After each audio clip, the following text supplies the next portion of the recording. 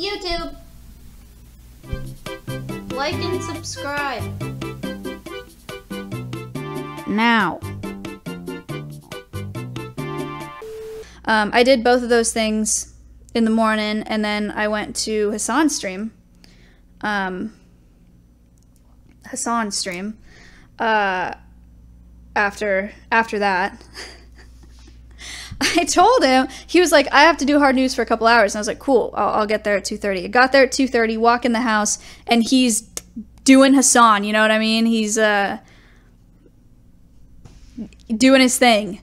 And I went in the house, and then he called up his viewer on Discord and starts debating the chatter about racial slurs or something. I don't even know. So I just hid in the bathroom. Like, I'm literally in Hasan's bathroom, and I have my phone and I'm watching a stream. I'm waiting for a good time to come in, and it just didn't exist. There was just not going to be a good time. Like, I realized after like 10 minutes, I was like, I went to go sit on his couch. Oh my God. I went to go sit on Hasan's couch, and I almost sat on his father, who I didn't know was there, because I didn't think anybody was in the house, and his dad is just lying on the couch, which, by the way, also, I fell asleep at the very end of Hasan's stream on his couch, and his dad thought that I was his brother's dog. I never even talked to his father, but that's all the interactions we had. But anyway, the stream with Hasan was really good.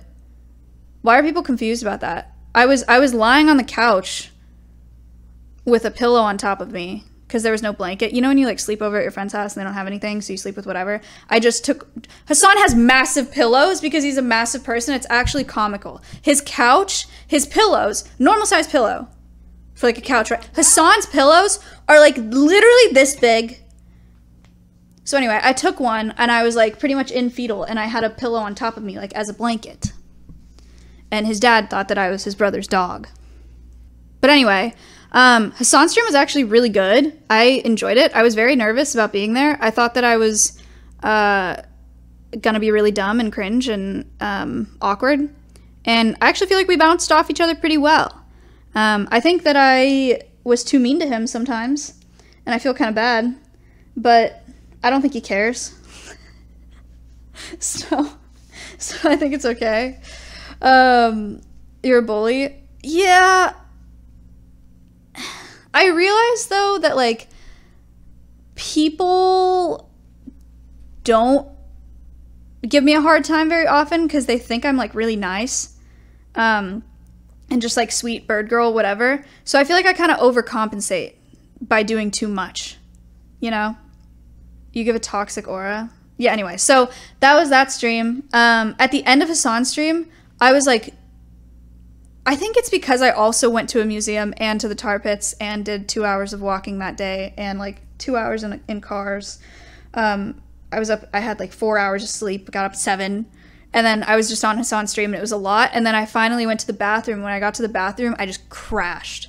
Like, I was like, wow, I was just on adrenaline. Like, I'm so tired.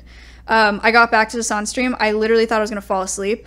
And so I stepped away for a second when Cutie got there, and I went and sat on the couch, and I fell asleep. And I thought I was asleep for like 10 minutes. Apparently I was there for like 40 minutes, like sleeping on the couch. And people thought I was like not okay or upset or something. I don't know. Swarty, thank you for the sub. But yeah, I guess it was a while. So I fell asleep, but that was fine. Then S-Fan wanted to stream, and then we didn't stream. Went back to Cuties. Then the next day, I got up in the morning and I went to Myth's place. And me and Myth did a stream, which was also really fun. Wow. Another one where I was like, this might be kind of awkward. And it wasn't at all. Like, just super chill. So that was good. And then we went to Hasan's again. And then we did another stream on Lud's YouTube channel. I had a pretty productive LA trip this time around. I was pretty proud of myself. Because normally I don't want to like make the moves and like reach out to people, you know, and be like, let's do a stream, because it's cringe. Thank you so much. What's an username for the 10? What's up? Usually I don't want to do that, and I don't want to be the one to reach out for streams, but I reached out to Hasan, and I reached out to Myth. And I moved my flight further so I could be on Lud's stream. Big time actual streamer. Sniper, thank you so much.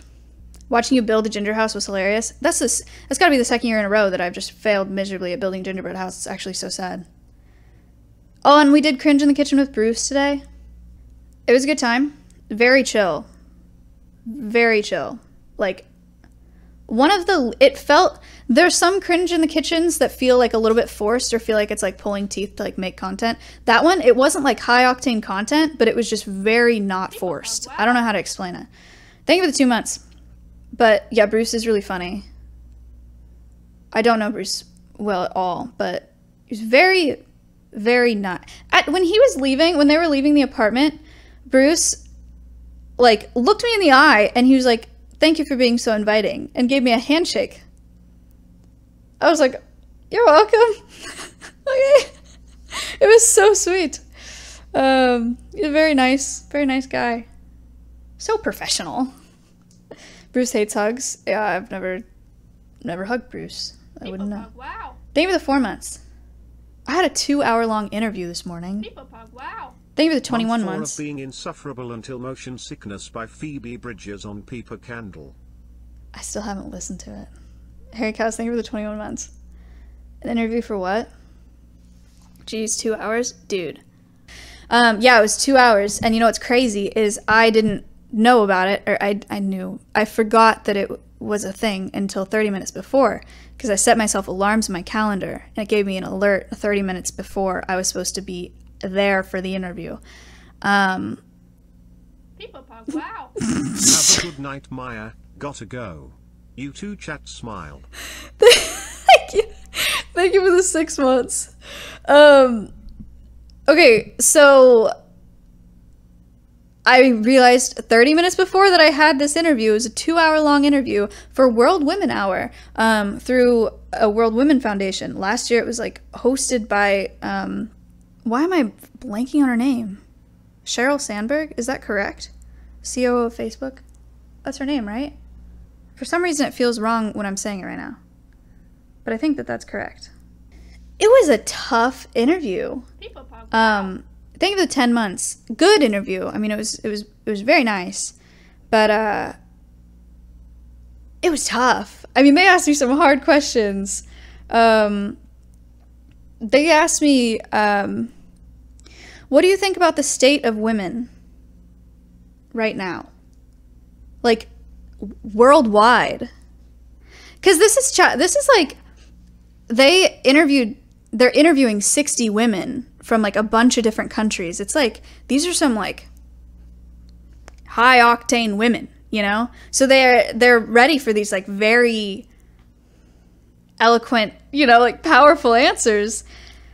And I was like, the state of women worldwide, and I told him, I was like, I think that's the most macro question I've ever heard, or that I've ever been asked. They asked me if you could change one thing about the way that people view women, what would it be? Also a huge question. And then if you had a billboard that was going to be seen by every single person worldwide, what would you put on it? Oh, and then a fill in the blank of wow. Yo. Being a leader to me means, and it had to be like very concise and like eloquent, and I had to like look in the camera, and then I had to look into my second camera, and oh man, it was a lot. How do you think you did? Honestly, shockingly well. For improving, I feel like I did pretty well. I was pretty proud of winging it.